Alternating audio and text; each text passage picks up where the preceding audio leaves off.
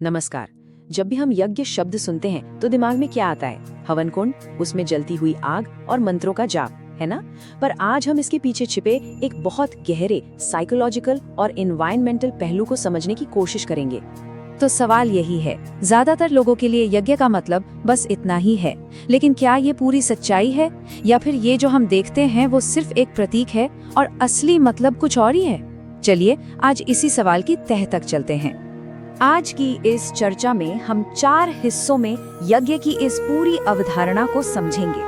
हम शुरू करेंगे इसके पारंपरिक मतलब से, फिर इसके सिंबॉलिक मीनिंग को जानेंगे, देखेंगे कि इसे अपनी रोजमर्रा की जिंदगी में कैसे उतारें और आखिर में हम प्रकृति के साथ इसके गहरे रिश्ते को समझेंगे। तो चलिए सबसे पहले उस आम धारणा से थोड़ा आगे बढ़ते हैं और ये समझने की कोशिश करते हैं कि यज्ञ का मूल वैदिक अर्थ आखिर है क्या। देखिए, वैदिक मायनों में यज्ञ सिर्फ एक हवन नहीं है। ये असल में कोई भी ऐसा काम है जो अपने के लिए नहीं बल्कि सबके हित के लिए किया जाता है। ये एक ऐसा अनुशासन है जहाँ लेने से ज्यादा देने पर जोर होता है, वही असली यज्ञ है।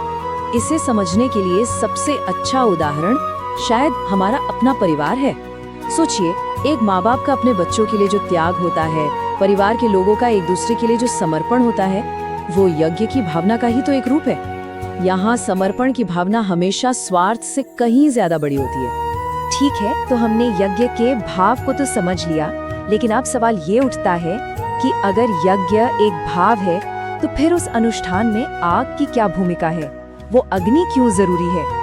ये सवाल दिमाग में आना बिल्कुल स्वाभाविक है कि अगर यज्ञ एक एहसास है, एक कर्म है, तो फिर इस फिजिकल एलिमेंट, इस आग की क्या जरूरत है? दरअसल इसका जवाब इसके गहरे प्रतीकवाद, इसके सिंबलिज्म में छिपा है।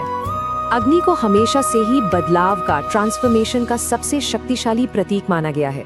जरा सोचिए, जो कुछ भी आग के संपर्क में आता है, क्या वो अपने असली रूप में रह पाता है? नहीं, वो पूरी तरह से बदल जाता है।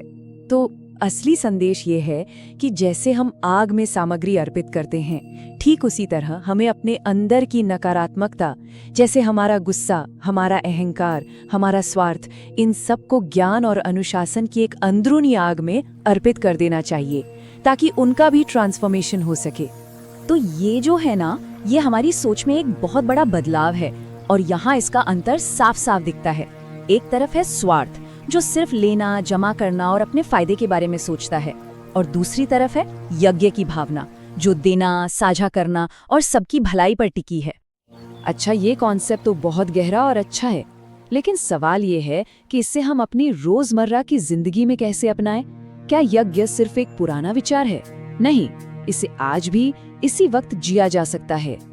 आज के समय में यज्ञ के कई रूप हो सकते हैं। भगवत गीता में भी कई तरह के यज्ञों का जिक्र है, जो सिर्फ आग तक ही सीमित नहीं है। इनमें से कुछ मुख्य हैं: ज्ञान का यज्ञ, समय का यज्ञ, धन का यज्ञ और सेवा का यज्ञ। ज्ञान यज्ञ का मतलब बहुत सीधा है, अपने ज्ञान को बिना किसी स्वार्थ के दूसरों के साथ बांटना। जब कोई टीचर, कोई कलाकार या कोई भी एक्सपर्ट अपनी नॉलेज दूसरों को सिखाता है, तो वो एक तरह से ज्ञान यज्ञ ही तो कर रहा है। इसी तरह जब कोई अपना सबसे कीमती तोहफा यानी अपना समय किसी अच्छे काम के लिए, कुछ नया सीखने के लिए या किसी की मदद करने के लिए लगाता है, तो वो समय यज्ञ कर रहा होता है। मतलब वो अपने समय की आहुति दे रहा है। और जब कोई अपने कमाए हुए पैसे का कुछ हिस्सा समाज के जरूरतमंद लोगों की मदद के लिए लगाता है, तो वो धन यज्ञ का पालन कर रहा होता है। यहाँ सबसे जरूरी है कि ये योगदान निस्वार्थ भाव से हो। चलिए अब हम अपने आखिरी हिस्से पर आते हैं, जो इस पूरे कॉन्सेप्ट को एक यूनिवर्सल लेवल पर ले जाता है। यज्ञ का सबसे बड़ा, सबसे जीवंत उदाहरण हमारे चारों ओर ही मौजूद है।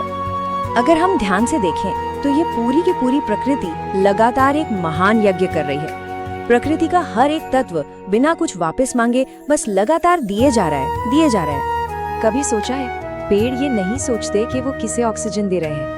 नदियाँ बिना किसी भेदभाव के सबको पानी देती हैं, और सूरज, वो तो हर किसी को रोशनी देता है। निस्वार्थ योगदान का, सेल्फलेस कंट्रीब्यूशन का इससे बेहतर उदाहरण और क्या हो सकता है भला? तो इस पूरी चर्चा का जो सार है वो बहुत ही सरल है। यज्ञ हमें एक सीधी सी लेकिन बहुत गहरी बात सिखाता है लेने की इच्छा को कम करें और देने की भावना को बढ़ाएं। अपने स्वार्थ से ऊपर उठकर एक योगदान भरा जीवन जिएं। हमने यज्ञ के अर्थ और उसकी भावना को तो समझ लिया, लेकिन अब एक और सवाल मन में उठता है। इन यज्ञों में जो मंत्र बोले जाते हैं, उनका क्या राज है? क्या वे सिर्फ कुछ शब्द हैं या उनके पीछे ध्वनि विज्ञान का कोई गहरा रहस्य छिपा है? इस पर हम अपने अगले विश्लेषण में विस्तार से बात करेंगे।